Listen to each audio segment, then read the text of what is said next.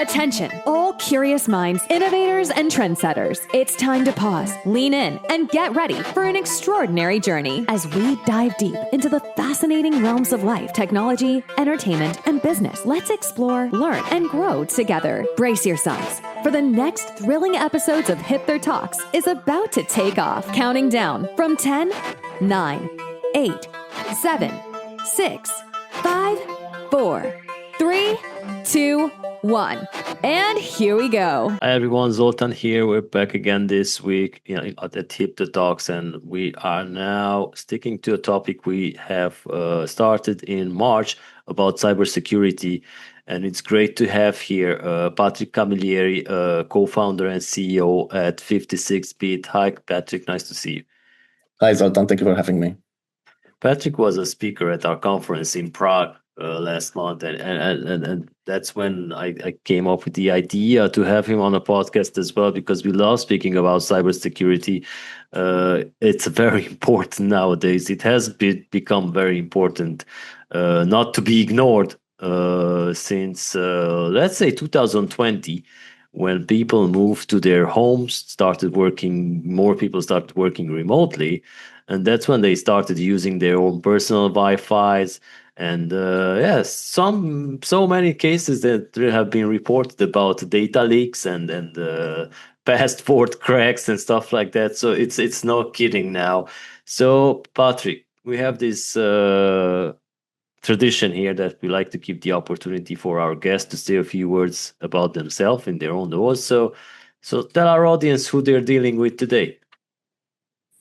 Yes, thank you, Zoltan. So thank you for inviting me. So basically, what you said is true, and security is a huge issue now. I mean, it was always something top of mind for security professionals like us and infrastructure and IT people.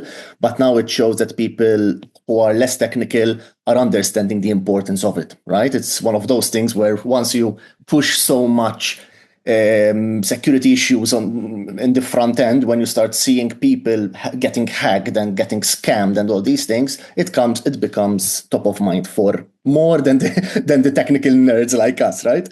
So that's very important. Myself, as the CEO of 56-Bit, I am an infrastructure and security expert. We are AWS advanced partners, so we handle a lot of cloud infrastructure. We do reviews, consultancies, and implementations, which follow best practices, basically. All right, so it's nice to meet you again and our audience as well. So yeah, let's dive in. So my first question would be about what are the most common security threats that are facing the iGaming platforms these days? Yeah, so I personally, and our company handles iGaming specifically, and what we see on a day-to-day basis, basically, is there are many types of attacks, but what we see all the time, you are classified, I would say, into maybe four, right? So you would have account takeovers, which is when someone, literally, it's like someone has stolen your keys and goes into your house. So they go into an account, and from there they can do whatever they want with your player account, right? So here we're saying stealing of identity or stealing of your money from your wallet or playing with your money, whatever. I mean, they can do whatever they want. Usually this is coming from credentials issues. It's not always the providers that are the issue here. Yeah. Rather, people tend to reuse their passwords. And providers can do a lot here. I mean, they can ensure that you have a strong password. There are things that they can do, some best practices. What we see a lot as well is DDoS attack, we call them. So DDoS stands for distributed denial of service. What it means is it's denying the service. So you have an attacker who sends a bunch of requests to a system. The system is overloaded and fails. Of course, that's an availability issue. It's not stealing data, it's stealing availability, which is a problem for the provider, right? Because they obviously lose money, and also their reputation and the customer's frustration increases. So those two are the main ones. Then you've got phishing, for example, which basically means, people are in a state of mind where they don't realize someone is trying to trick them. It's similar to a scam. And they can steal your credentials, they can steal your stuff and ultimately attack using those credentials. It's even worse if obviously those credentials are a lot more powerful. Let's say I'm an admin of a system and my credentials get stolen. Then obviously it's the effect of that gets increased a lot. And it's not a single thing. It's not like you can go press a button and voila, everything is fixed. There are layers upon layers of things you can do, but a lot of them have been around for years and years and years. So it's about implementing those best practices which professionals would know about, you know. All right. So yeah, it's a good thing that you mentioned DDoS, because in 2019 we were hosting a conference in Milan, and during that period, the Eurobet.com, the operator from Italy, was part of an attack from, I don't know which part of the world, but they have been targeting their website, so their website was down, and it seems that these guys were mad at Eurobet because they lost some bets, but they actually also included EuropeanGaming.eu, our news website, in that DDoS campaign, and our website was down for 3 days. We did not know what to do, so that's when we started using a service to stop DDoS. And yeah, that has been a lesson learned for us, that it's not playing around. And in regards to this, you mentioned this phishing campaign. Sometimes they're so professionally done, like they are spoofing the email addresses and sending emails from credible addresses. And yeah, I have to say that this year I started using antivirus and VPN on my phone as well, because I do have access to our server from there. And yeah, it was fun because in Prague, when we were in Prague, I did not have access to my emails and everything. And that's when I figured out that we took a security measurement, that we denied access to our server only from our location, and I just forgot about that. So it was so hard to log into the server. But yeah, you need to take these steps nowadays because you never know. So in your experience, what's typically the root cause behind these security vulnerabilities? So let's handle each one, right? I'm gonna go with your examples and take a step-by-step approach. So let's start with DDoS, which you mentioned. And yes, it is a pain in the backside, right? DDoS can take hours and days sometimes to fix if you don't have the right stuff in place. So they can be a real pain, but we see them on a constant basis. So the only way there is nothing to fix here. This is all about making sure you have a layer in front of your system which can handle that DDoS, which can handle all that traffic without letting it in. So letting in only legitimate traffic and not letting in the rest. So here you need firewalls and basically special DDoS mechanisms. And forget about doing this yourself, right? There are providers out there like Cloudflare, AWS have their own systems, every cloud provider has their own, etc. And once you implement that, it's quite easy, believe it or not, to implement. Once you implement that, you are well protected.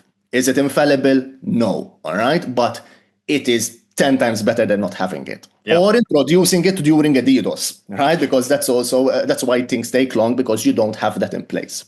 So that's first thing to do. Is it a basic thing? I would say yes, right? I wouldn't create an infrastructure and be comfortable with an infrastructure without something like that. So today it has become a basic thing. You spoke about phishing. So being scammed, basically, as simple as that, right? Someone sending you an email saying, can you please give me your credentials because I need to log in and my name is the same as my boss's name, right? Something or like even that. websites that are doing this. All the time there are these things, or today they are much more advanced. Obviously, you get links and you get viruses, and here it is essential to train your employees. I mean, there are systems to prevent this, right? Things like spam filters and antiviruses. So there are things but it's not. The best way here is education. And there are actually automated systems which educate your employees. So they will send, for example, automated emails that are phishing emails, but they are safe because they're coming from a provider that you set. And they will test your employees. Literally, they will test who is the weak link, because in security, it's all about the weak link in the chain. As soon as one of your employees clicks and actually falls for the phishing attack, that employee needs, obviously, more training.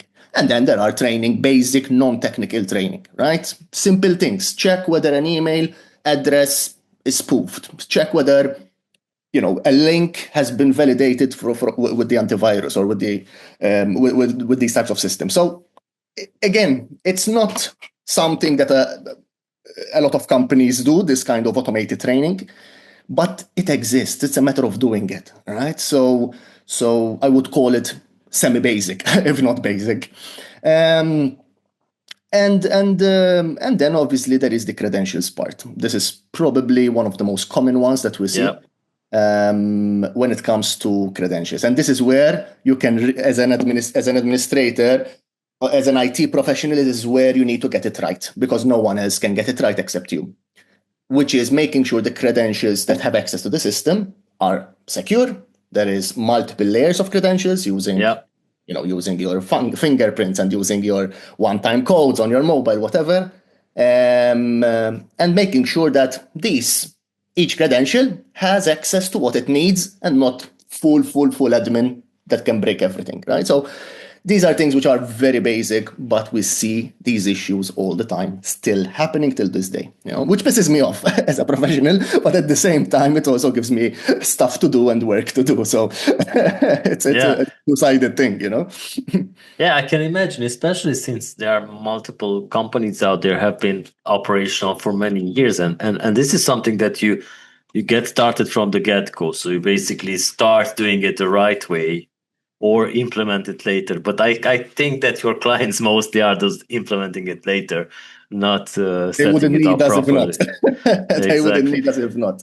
But but you mentioned these emails, and there's a funny story I read online about receiving this type of phishing email, and there was a link inside the email that said, "Do you think this email is suspicious? Report it here." So the report it here was actually the phishing link. The phishing, yeah. So these guys are sometimes geniuses. They are, and they use a lot of psychological tricks, and also very, very, very difficult to detect clones. Sometimes even I, as a professional, I'm like, wow, that is really good. Like, I mean, I can see how people don't realize it's a phishing email, right? I can see how, because they are not trained to do it. And then when you have, I see my father receives 6 of these every week. God knows why. And he just goes into them. But now he's stopped because, it's always a battle, to be honest, with these types of things. It is a bit of all right. So let's talk about this point I just mentioned earlier about having the infrastructure from the first day and implementing it later. So why is it so critical for iGaming platforms to secure it and have a resilient infrastructure from day one? The simple answer is that doing it later is much, much harder, right? So think of it like this. You are flying, you have a plane. The plane has 2 engines. One of them, it's messed up. What is easier, to fix it on the ground before it goes off, or to fix it while it's flying? It's as simple as that, right? So an infrastructure which is running, is in production, is much harder to fix it, because every single thing you touch is going to affect your system, right? Availability, security, testing, everything is harder when it is already launched. So doing the bare basics and even a bit more than that before launching is critical. Now, and it's easier. It can be done later, but obviously later can mean 2 things. You either detect it and actually fix things. Now, just to be clear, you will always have to change and fix things in production, because things change, right? So new attacks come out, you realize that there are issues, you do a penetration test and realize that you have these holes. That's fine, but have the basics before. You can also realize after you get an attack. So you either realize proactively, which is great because you haven't been attacked, but you can also realize after having an attack. And a lot of people and a lot of systems use that methodology where let's see what happens. And I don't want to judge people here, because there are reasons why this happens. in the iGaming industry, for example, it is a very fast-moving industry where you can go from having a website that has 50 people a month traffic to and within a few months it has thousands and tens of thousands and much more.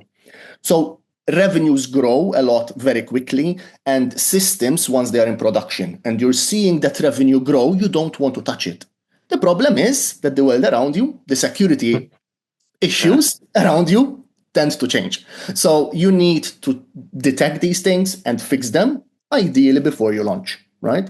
So yeah, it's tricky, and I don't want to say that it's possible to get it perfect, because it's not. But it's good to know the best practice, and it's good to know why that best practice exists. All right. So another question about if you can walk us through what smart architectural topology means and how it helps protect applications and data, because this is something that's a topic that has been discussed many times about this smart architecture. Yeah. So what is basically a smart architecture? So your infrastructure is made up of your let's say your application, your website, whatever, is made up of two things, right? You've got the part which is the technical part, which is the software part, which is where you have the actual software, whether it's backend or front end software, and then you've got the hosting, which hosts that software. The hardware. The hardware, let's say, but today we use cloud technologies like AWS, which technically are not hardware. So these two both need to be addressed. Now, what is a smart architecture of both? For me, there are two important aspects here. One is segmentation. To segment means that you're splitting, basically, and making sure that if something goes wrong, it doesn't destroy your whole system, right? It destroys just the piece where it goes wrong. So this can be done at any level. It can be done at the network level. You split your network into parts. You can have servers in multiple data centers. In the cloud, it's easy to do this. So if one thing goes down, the other remains up, right? So by segmenting into with different credentials, with different network segments, etc., you have already minimized what we call the blast zone. The blast zone, because if there is an explosion, it is minimized, that blast zone.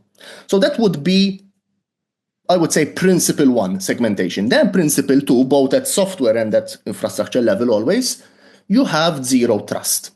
Zero trust is a concept. It is more of a mind concept, a psychological concept, where you don't trust anything, right? This is not like a relationship. This has nothing to do with emotions, okay? This has to do, don't trust anything or anyone. So when you are updating your servers, you ensure that the updates are trustworthy. They're really coming from Microsoft. They're really coming from GitHub, whatever. Things like, if a person is going into the system, is he the right person? Or is it, so you use the VPN that locks, you can only log in from a specific place, right? Yeah. It's a bit harder, yes, it's a bit more complex to do things, but that is very secure. Of course, how much you lock versus how much you don't lock, there is pros and cons to each, but you find that nice balance for you. So zero trust, don't trust anything, verify everything, and segmentation. I would say that would be the basic two principles for a good architecture. All right. So my next question would be something that we enter into a hall of fame, because this is something that we have asked everybody who has been on our podcast in the past 4 years and is in cybersecurity. And I always like to ask this question, because this is the most important thing. When a breach happens, what does the first hour look like for the infrastructure team? This is something that we like to have as an archive, answers from all experts. Well, that's a good question. So the first hour, when you are a technical professional that works in security, is probably one of the hardest first hours you will have in your life. Depends how many times you do it, right? And it doesn't matter if you are experienced or not, it's always hard. But the more experienced you are, obviously, the more you can control those emotions, which is critical, and doing what's supposed to do. But forget about the human aspect. From a best practice aspect, the first thing you should do is containment, right? So you contain the issue. Now, containment basically means that if you have a server that has been breached, you block that server, you take it out of the equation. Now, here is where good architecture comes in. If you have a single server, guess what? You've taken out the only server you have. But if you have multiple servers, now we can easily keep those whilst taking out the ones that are affected. It's just a simple example, but this can go a long way, right? So if you have a credential that has been stolen and you go and someone has gone in with admin rights, if that credential is well architected, meaning you have a small blast zone when using it, all of a sudden that credential is not as difficult to contain as before, right? So good architecture makes your life much easier in that first hour. But whatever the case, you need to remain calm and you need to contain. Don't try to be a perfectionist, right? Absolutely, perfection is the enemy here. Yeah. Contain as quickly as possible, and whilst containing, ideally you document everything.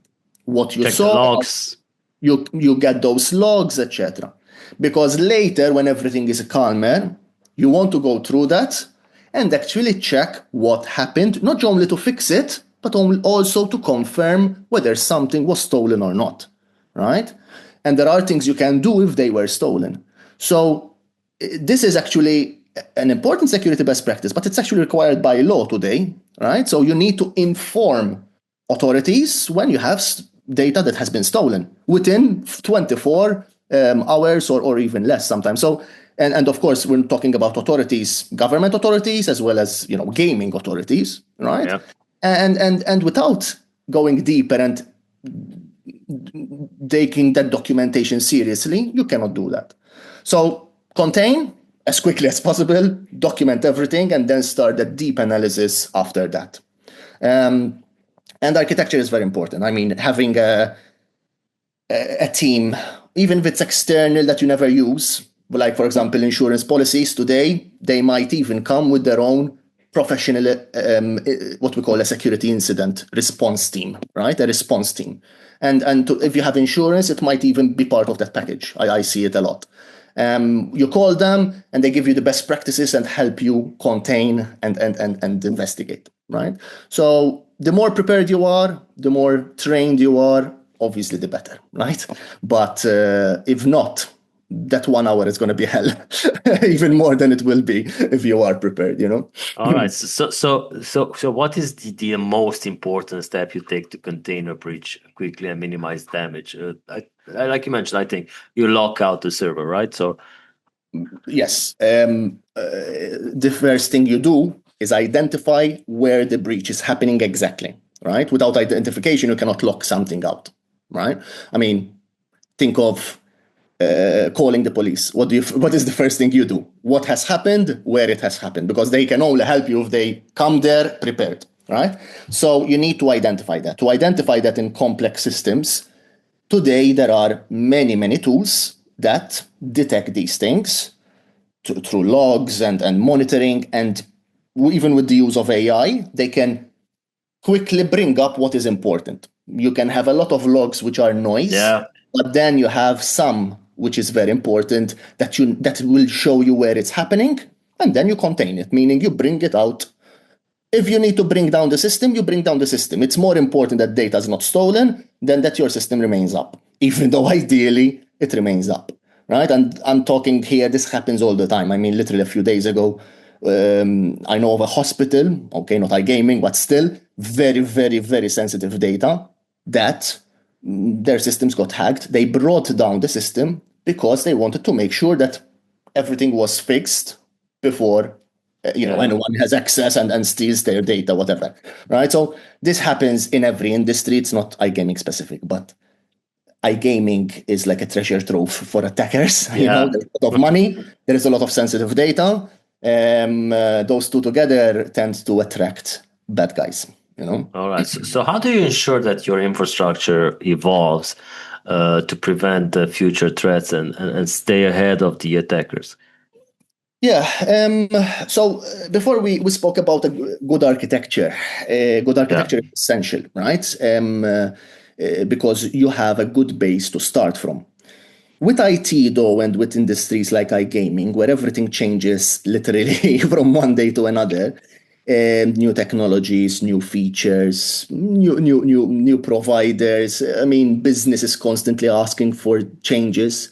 This is what we call change management, ultimately.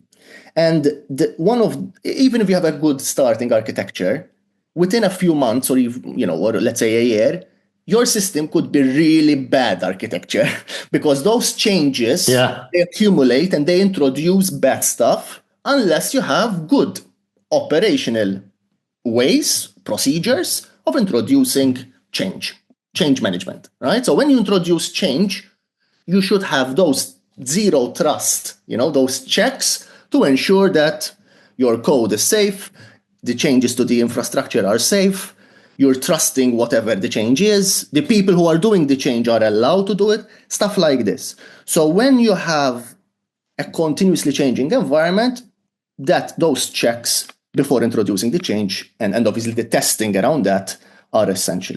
And that gives you a good way of keeping the security in check even after launch. Of course, you need to have some experience. You might get a person who's a security expert, or you might have, training for your IT guys so that they know what good looks like. Ultimately, yes, you can do changes, but you need to know how to test those changes are good. You need to know what good practice looks like. So training there is important for whoever is doing that change, right? So all right. That's how you keep it good. This is the ideal situation, which is probably 1% of the cases. I agree. But listen, here is where this is important, right? So perfectionism is your enemy when it comes to security. Yeah. I prefer to have, now, obviously, yes, you want your systems to be 100%. They will never be. But a 98% good system is better than a 90% one, which is better than a 50% one, right? It's as simple as that.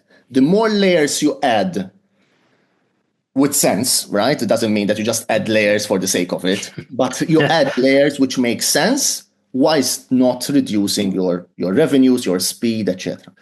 The more you add, the less chance that an attacker will attack you or will be successful if they try, right? And the attackers, don't forget, are humans. I mean, today there are lots of bots, but ultimately a lot of that goes down to human level. When an attacker sees that the cost of attacking you is higher than the actual reward, moves on. They will move on. So having those basics and layers in place really, really helps. All right. So what role does continuous monitoring play in maintaining the integrity of iGaming platforms? Yeah.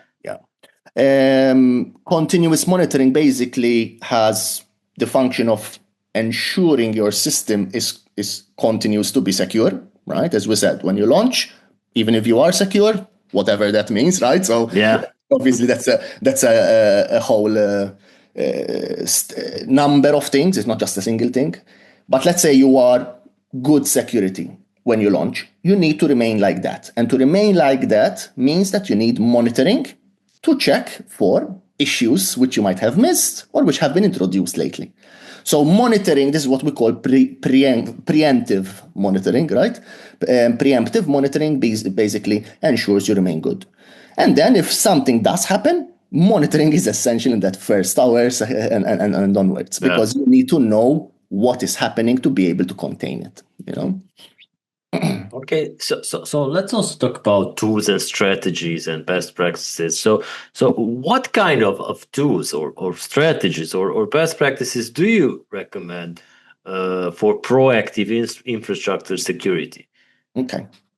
The tools I'm going to mention here are what one would call basic, but let's start from there, right? And also they are very easy-ish to install today, right? There is a lot of need. So a lot of providers like AWS have made it easy, sometimes a click of a button to implement it, right? So even though they might seem over the top, they're not. They're very easy to do and they should be done. So things like, for example, firewalls, as we said, things like what we call IDS, IPS, right? The word is intrusion detection systems and intrusion and prevention systems, right? So here you have systems which automatically, usually using AI, they detect patterns of someone. I don't know. Let me give you an example. So you have 5 servers in a specific place, and all of a sudden your system brings up another 10 servers. And during that time period, it's not normal that happens. So that's a pattern which something like an IDS system or an IPS system can trigger an alert. And now you can make it more complex. Instead of triggering an alert, you might even automatically check what those are and even bring them back down. So there are many things you can automate, but let's keep it simple. At least you get alerted. I've seen a lot of instances where people don't even realize they are being attacked. It is all behind the scenes, and then all of a sudden they realize and they panic and realize that it was 6 months ago that it started. Right? Yeah. God knows what happens in those 6 months. 6 months of black darkness, right? So you want to monitor with these systems and be alerted without being overly alerted, because what happens when you're overly alerted? We switch off, right? I mean, if you're I don't know, if you have a dog and it's constantly barking, guess what? When a person comes into the house and you hear the barking, you're like, but don't care. Yeah. Oh, that's how minds work. So noise, you need to keep that down using these tools. So, and it's quite easy to do, to get to a level where the important things are in front of your face. So those are 2 systems, firewalls and IPS systems that are essential. Of course, then you've got the usual stuff, right? You've got penetration testing tools. You do penetration testing. You can do it, for example, once every year or once every 6 months, or you can do it on a continuous basis. We have customers that do it with every change, literally. So there is a change introduced, and there is penetration testing done as part of that change process before it goes to production. So there are tools around that. And then you've got backups, right? I mean, worst comes to the worst, you want to have the data available, even if your system is down and it's not accessible. And that's another attack, by the way, which is becoming very popular, right? Which is encrypting your data, and also encrypting. So an attacker will encrypt your data so you don't have access to it, and also encrypting the backups. If they are not properly done, properly segmented, the backups end up being encrypted as well. So you go and try to get the data back, and you can't, right? So that is something which sounds scary, but there are ways of handling these things, Yeah. I always read these emails coming about WordPress vulnerabilities, because I think those are the most out there. There's so many websites running on WordPress, and the plugins have many times around breaches. 40%. Around 40% of the websites, maybe not iGaming, but in general. But there are also a lot. We work a lot with WordPress for iGaming as well, especially smaller sites. So I understand what you're saying. There is every time WordPress is perfect for attackers, right? Because once you find a vulnerability, it's gonna affect a huge segment of the population. So it's constantly being updated to ensure those things, including plugins, making sure that those plugins are updated. So that's an essential part of it. Yeah. So are there any real world examples or scenarios you can share that highlight the effectiveness of your approach that you are doing? I mean, what I'm mentioning here is ensuring the basics are done properly. What we do. So I hope you understand. This is the question where you can brag about what you guys do to your clients. Yes. So this is something that we obviously do on a day-to-day basis. So here we have our own infrastructure code, which we launch.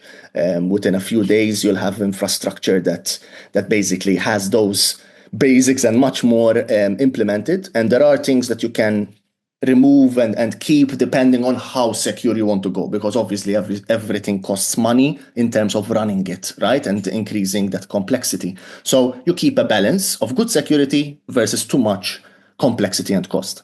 And our systems, basically, we bring them up using automation to have that basic infrastructure there on AWS. And then we help our customers implement their software into it. And then we can also help them keep it updated with a proper process, as we said, change management process, keep it secure in the future. So those are the services that we do on a day-to-day basis, basically. All right. So with these layers, especially on high demand gaming environments, there's also the problem of speed. So when adding multiple layers of security, of course, decreases the speed. So how do you balance performance and speed with security in high demand gaming environments?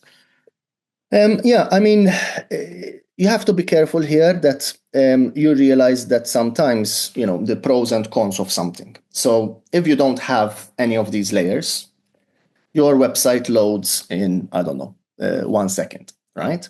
When you add these layers, your website loads in 1.1 seconds.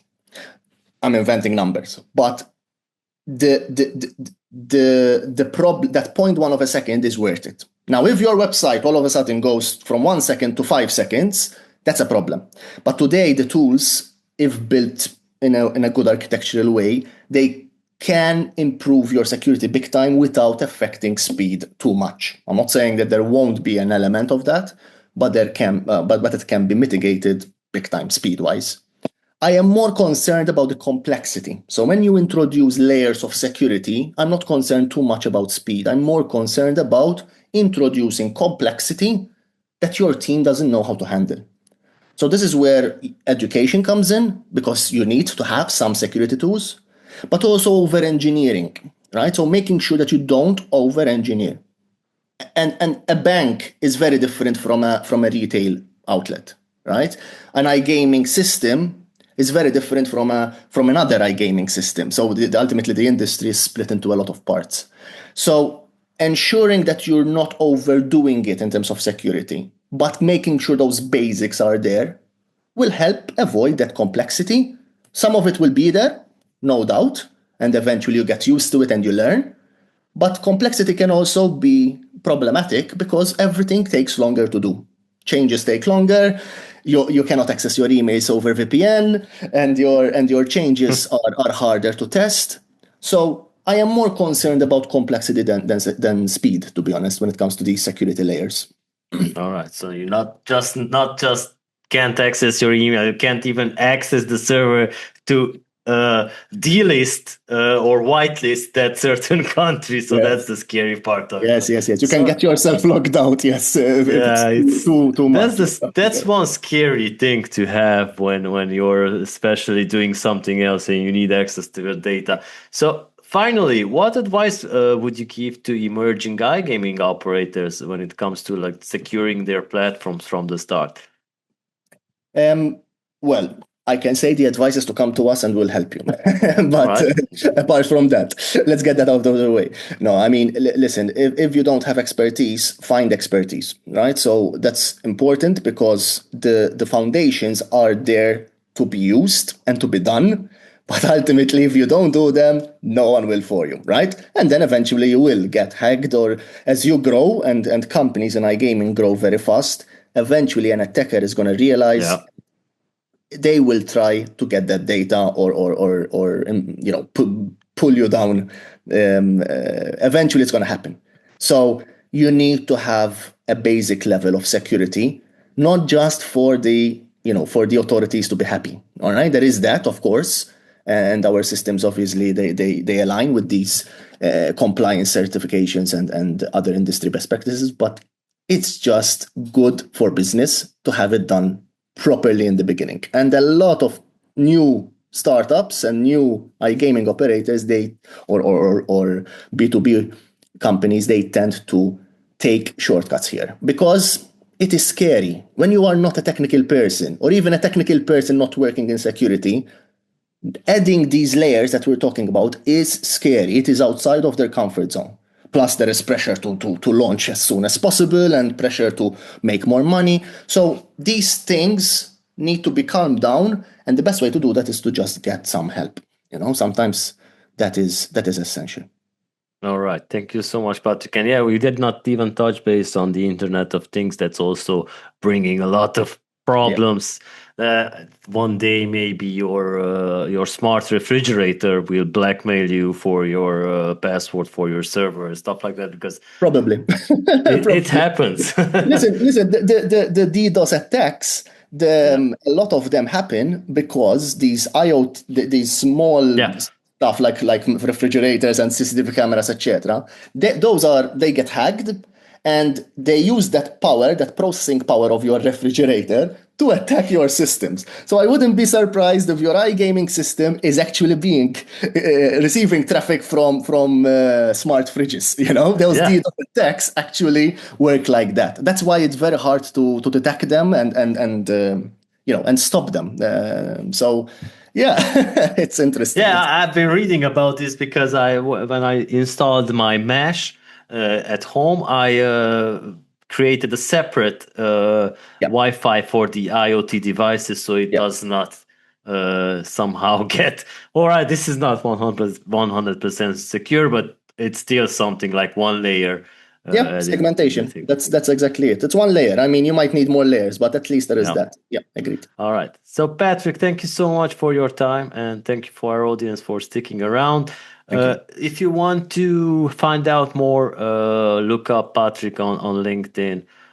He will quickly connect with you and help you out with your needs. Otherwise, you can just go to their website and check out their offering. So take good care, everyone. Thank you for joining, and we hope that you learned something new today. Bye-bye. Bye-bye. Thank you. And that's a wrap for this section of Hipther Talks. Thank you for being a part of our journey today. Don't forget to tune in next week for more insights and discussions. Stay connected with us on Spotify, YouTube, Google Podcasts, Amazon Music, Apple Podcasts, and more. Until then, keep exploring and keep growing. We'll see you next time.